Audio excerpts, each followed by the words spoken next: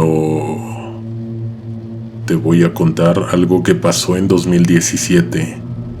Recuerdo que fue por estas épocas, agosto, septiembre, hacía frío, llovía y mi mamá estaba enferma. Después de la consulta le recetaron varios medicamentos e inyecciones. Mi tía Juana es enfermera, así que con ella se me ocurrió llevarla a inyectar.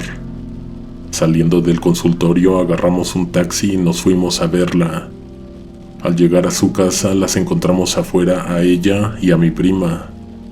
No sé decirte si estaban espantadas, conmocionadas o un poco de ambas. Hasta eso nos recibieron bien, pero no nos decían qué era lo que les había pasado. Realmente solo estaban esperando a que nos pasáramos a la sala para empezar a contarlo. 3 días atrás, Carla llegó muy espantada de la escuela. Iba en una secundaria técnica, salía a 6:30 me parece. Supongo que desde antes había pedido permiso para irse a casa de una amiga a hacer un trabajo en equipo, pues mi tía estaba enterada de que llegaría tarde. La mamá de la compañera se comprometió a avisar cuando estuviera saliendo mi prima de su casa y a acompañarla a tomar el microbús. Resulta que había pocas unidades en ruta. De la causa se enteró mi prima y la mamá de su amiga porque en la parada una señora les dijo que los choferes le estaban haciendo fiesta al santo. Se habían estado escuchando cohetes en la tarde, tenía sentido. Si a Carla se le hubiera ocurrido tomar un taxi, no estaríamos contando la historia. Después de esperar unos 20 minutos, abordó un pecero que venía relativamente lleno. A lo largo de la ruta se fue vaciando hasta que pasando el metro Iztacalco, terminó llevando solo a mi prima y a una señora que venía sentada varios asientos adelante de ella. Eran casi las 11 de la noche. Mi tía a esa hora estaba saliendo del hospital, también se le había hecho tarde, de lo contrario seguramente hubiera pasado a recoger a su hija a casa de la amiga. Avenida Tezontle venía muy vacía, a pesar de que, sin importar la hora, es una vía muy transitada. Mi prima viajaba en los últimos asientos, los de hasta atrás. No estaba distraída con su teléfono como era su costumbre, ya que no traía crédito. Sin querer tuvo que hacer caso a las advertencias que le daba su madre cada vez que la mandaba sola en transporte público. No te distraigas, ve pendiente de tus alrededores. Eso iba haciendo al momento en que sintió que el pecero bajó la velocidad para recoger pasaje. Ella lo había notado desde que subió. El chofer venía hablando por teléfono. Con una mano sostenía el aparato y con la otra alternaba entre volante y palanca. El hecho de que viniera distraído ayudó a que pasara lo que iba a pasar, a que permitiera que abordara a la persona que subió lentamente los escalones del camión. La única otra pasajera también venía pendiente del recorrido y de quien subió. En el preciso momento en que la anciana lo vio, se levantó de su asiento, se persignó y caminó rápidamente hacia la puerta de descenso.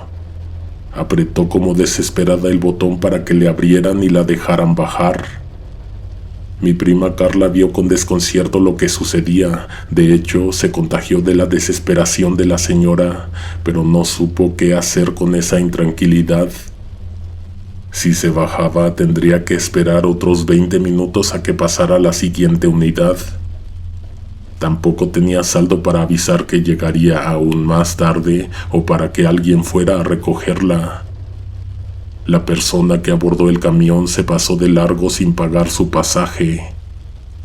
El conductor la volteó a ver, pero no hizo nada más. Lo más probable es que dio por hecho que era una mendiga que se había subido a pedir dinero.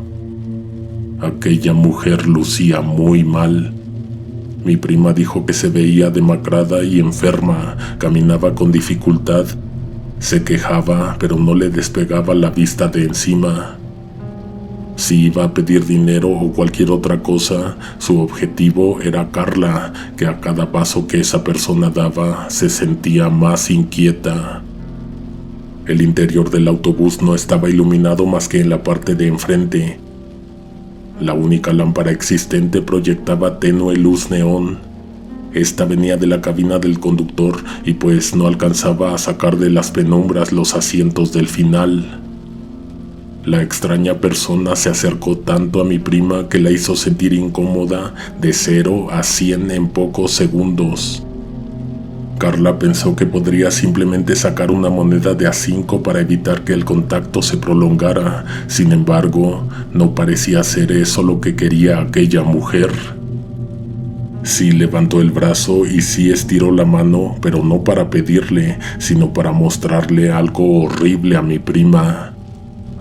La piel, la carne, el músculo de su brazo llegaba solamente hasta la muñeca. Después de ahí, solo había esqueleto. La mano completa era de puros huesos unidos por delgadas tiras de tejido rojizo y sucio. Dice mi prima que quiso gritar, pero se contuvo, porque no estaba muy segura de qué era lo que estaba viendo. Si se trataba de una abominación o de una desafortunada persona enferma hasta el grado de haber perdido una mano. Entonces sucedió algo que clarificó su mente a la vez en que le provocó miedo, horror, escalofríos. La mujer llevaba una raída blusa azul, misma que en un instante tomó con la huesuda mano y levantó. Abajo no había nada. La parte superior de su cuerpo no conectaba con la inferior, ni carne, ni hueso, nada. Mi prima no sintió que tuviera la oportunidad de levantarse y echarse a correr, por muy horrible que fuese lo que estaba viendo de cerca. Aquella persona la tenía arrinconada. Lo que la salvó fue un súbito enfrenón del vehículo. Seguramente porque el chofer venía hablando por teléfono, pero hubo un impacto. El pecero golpeó algo de frente. A pesar de que el conductor pisó los frenos a fondo, se sintió que las llantas del camión pasaron por encima de algo. Mi prima alcanzó a aferrarse del asiento de enfrente para no salir lanzada por los aires. La mujer de las horribles manos desapareció de un momento a otro. Fueron unos cuantos segundos solamente, pero se sintieron largos. El chofer volteó a ver a mi prima, no le dijo nada, pero con su mirada le estaba preguntando: ¿qué hago? Si me voy, ¿me vas a acusar? ¿Debería bajar a revisar? Un susto no sustituyó al otro. El corazón de Carla latía al máximo. El conductor apagó el motor y bajó. No tardó mucho. Con la lámpara del celular iluminó los alrededores de la unidad. También se agachó para ver qué había debajo. Menos de 5 minutos después, el hombre regresó a su puesto tras el volante. Le mostró a mi prima un pedazo de trapo y le dijo que extrañamente eso había sido lo que ocasionó el susto. Una raída blusa azul había quedado atorada entre las llantas. Mi prima sintió sudor frío en toda la espalda. No tardaron mucho en llegar a la parada donde, ahora sí, ya estaba su mamá preocupada, esperándola. Al entrar a casa, Carla le platicó todo a mi tía mientras ella le daba de cenar. Poco después se fue a la cama a intentar dormir. Estaba aún despierta, mirando hacia el techo, con la imagen de aquella mujer impresa en la retina, cuando mi tía entró a su recámara. Estaba alterada y nerviosa. Después de lo que le había contado mi prima, cómo era que se había atrevido a traerse eso consigo. Carla no entendía, sino hasta que su mamá se calmó para explicar que había revisado la mochila y dentro había encontrado aquella sucia y vieja blusa azul. Estuvieron despiertas toda la madrugada, hablando de muchas cosas, llegando a conclusiones, pensando en que deberían hacer algo al respecto, porque según mi tía, aquella mujer que se le apareció a mi prima en el camión estaba pidiendo ayuda. Era un alma en pena. Se pusieron de acuerdo para ir al preciso punto en donde abordó para ponerle una cruz y prenderle unas veladoras. Mi tía compró todo eso y además un pequeño ramo de flores. Después de que mi prima salió de la escuela la tarde siguiente, su mamá pasó a recogerla y juntas fueron a colocar las cosas. Enterraron la cruz en donde encontraron un pedazo de tierra sobre la banqueta a un lado de un árbol. Rezaron un poco, derramaron unas cuantas lágrimas y se levantaron. No se habían dado cuenta de que alguien las estuvo mirando todo el tiempo, desde que llegaron. Esa persona se esperó hasta que terminaron para agarrar con una sola mano la cruz y desenterrarla. La levantó y la aventó muy lejos. De una patada reventó la veladora y con otra mandó a volar el ramo de flores. Mi prima y mi tía no podían creer lo que estaba pasando. A esa vieja no le pongan nada, no le recen, no le prendan veladoras. Ella no está en el infierno, pero debería. Hace 30 y tantos años, justo frente a esta banqueta, aventó a sus 2 hijos al arroyo vehicular.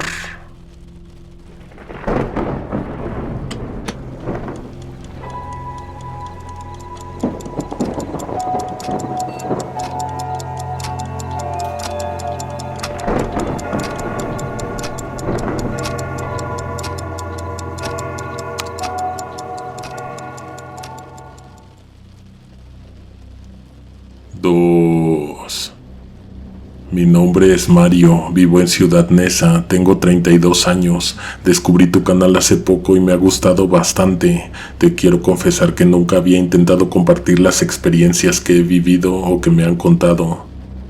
No sé, siempre pensé que a donde las fuera a mandar se iban a perder en un mar de correos. Espero algún día escuchar mis experiencias contadas con tu voz.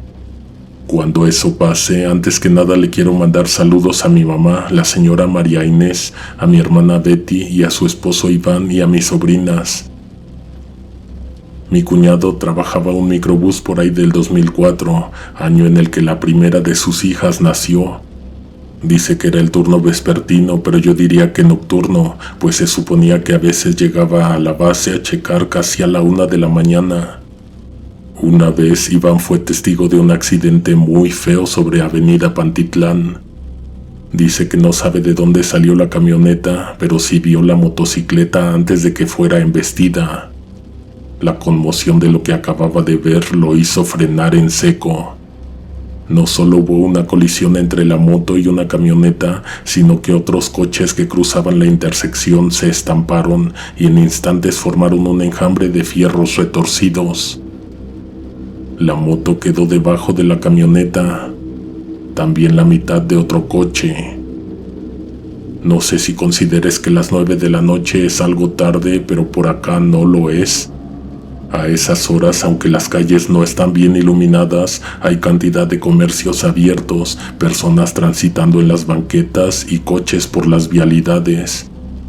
De todos lados salieron personas a ver el incidente. Seguro estoy de que más de uno se ofreció a llamar a una patrulla o a una ambulancia.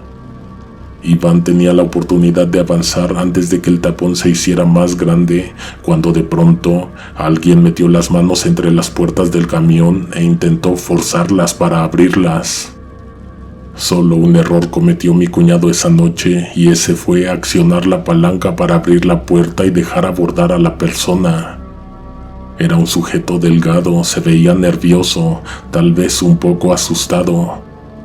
Al momento en que venía subiendo, mi cuñado miró al frente y notó que la camioneta que había ocasionado el percance tenía la puerta del conductor abierta. Como es común en esa clase de accidentes viales, el responsable se había dado a la fuga.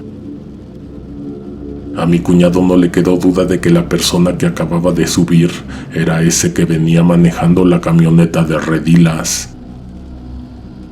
Estaba desesperado, tenía muy dilatadas las pupilas y efectivamente se veía como si estuviera intentando esconderse.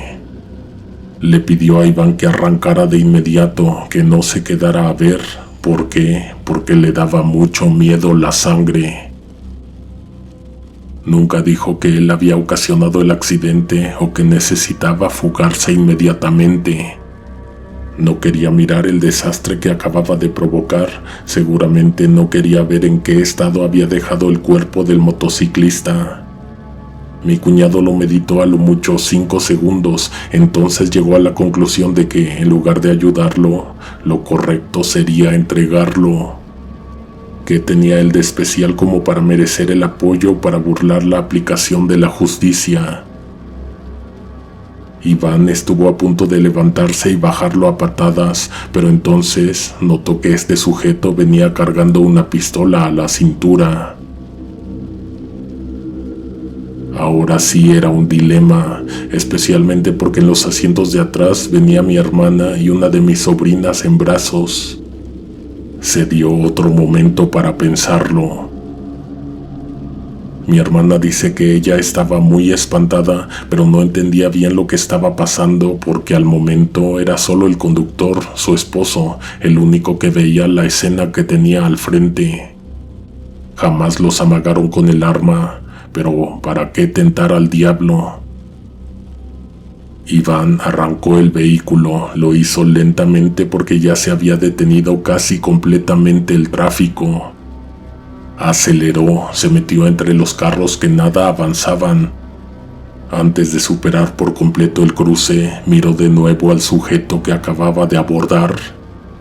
Tenía el pantalón desgarrado de una pierna y todas sus ropas arrastradas. Venía descalzo, no traía tenis, pero el peor detalle era el horrible raspón que mostró una vez que dejó de mirar hacia el frente. Tenía el pómulo arrancado, se le veía el hueso. Tal vez no se trataba del conductor de la camioneta, sino del motociclista. El asunto no dejaba de ser preocupante, ya que, como portador de un arma, podría tratarse de un asaltante. Imagina que mi cuñado se convierte en cómplice del escape de un hombre que acababa de cometer un robo o un homicidio. Y si aquella persona no quedaba conforme con solo ser ayudada a abandonar la escena. Iván se imaginó tantas cosas que hasta sintió escalofríos. Avanzó entre los coches lo más rápido que pudo. Entonces superó el accidente.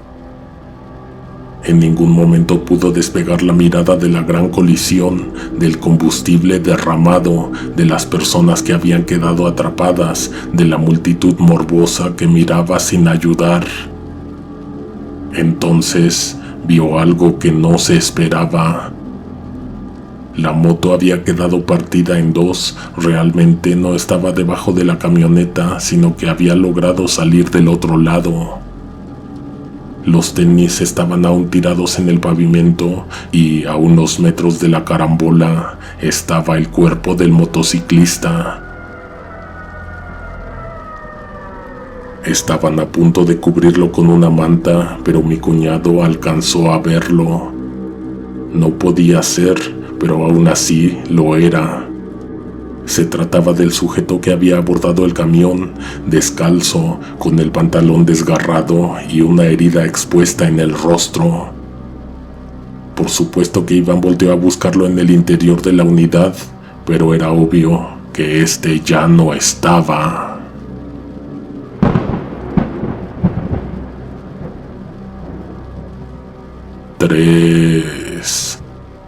Durante muchos años mi abuelita nos inculcó varios miedos. La mayoría de las cosas que había afuera para ella eran muy peligrosas.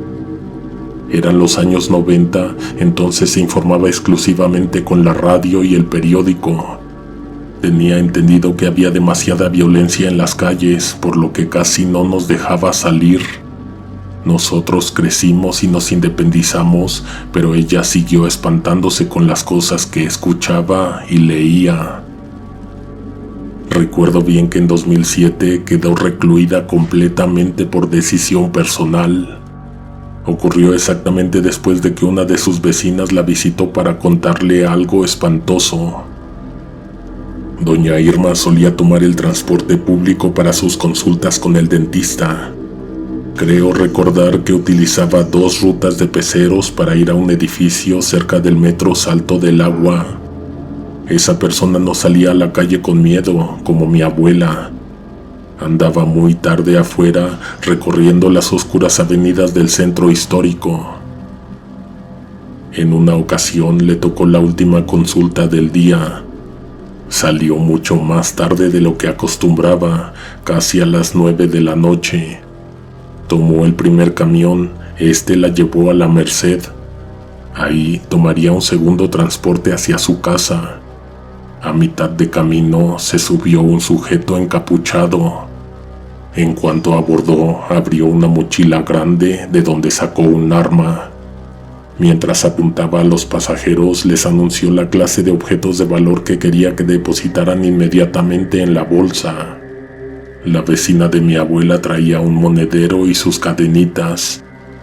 Antes de esa ocasión, ella ya había sufrido un asalto. Sin embargo, los criminales le dijeron que no se preocupara, se la asaltaron. La señora se sintió un poco respetada por su edad. Esa vez el sujeto se veía muy mal, parecía que había consumido mucho de algo que lo pusiera en alerta, que le diera el valor de hacer lo que estaba haciendo. Una persona en ese estado no se tentaría el corazón para jalar el gatillo. Doña Irma no tuvo de otra más que entregar sus pertenencias.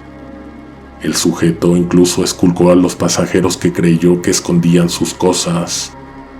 Cuando terminó su cometido, saltó por la puerta de descenso hacia la calle. Al parecer, el chofer estaba mirando en todas direcciones, buscando una patrulla para denunciar el robo. Entonces pasó algo que a todos dejó sin habla. Todos miraban el momento en que el asaltante se alejaba de la unidad. Solo pocos notaron de dónde salió aquello que lo atacó. Se abrió una boca de tormenta y de ahí salió. Estoy hablando de una rejilla amplia que colecta el agua de la lluvia. Generalmente las encuentras a los extremos de una avenida, a un lado de la banqueta. De ahí salió un extraño ser. Emergió rápido del agujero, se le fue encima al asaltante. Lo abrazó, lo apretó tan fuerte que rápidamente empezó a lastimarlo. Hizo que soltara lo que había robado, torciéndole los brazos. Aquella cosa tenía un rostro humano, pero también tenía dientes grandes, filosos.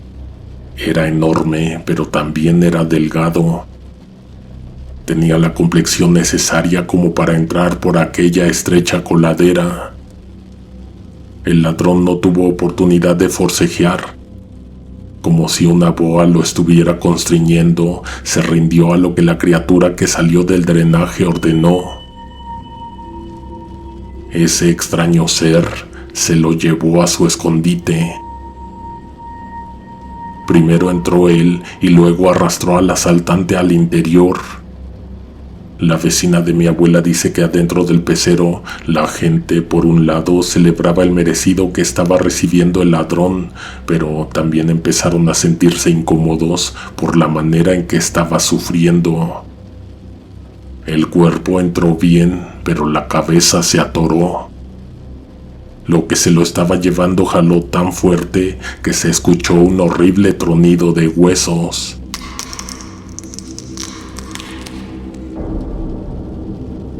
Luego de eso, la rejilla se cerró y la noche volvió a ser serena.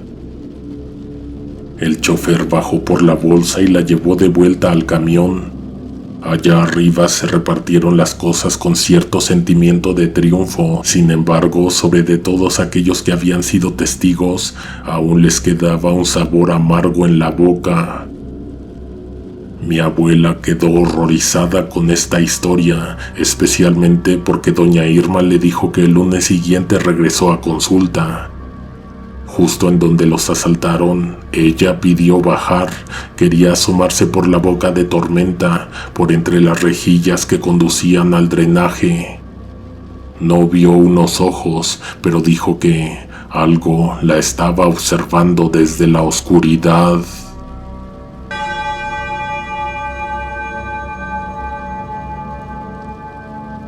¿Cuál historia te gustó más? Regálanos un like, comenta y comparte. Si no quieres perderte los estrenos, suscríbete para ser de los primeros en escuchar. Activa las notificaciones. Hasta la próxima. Alguien te observa en la oscuridad.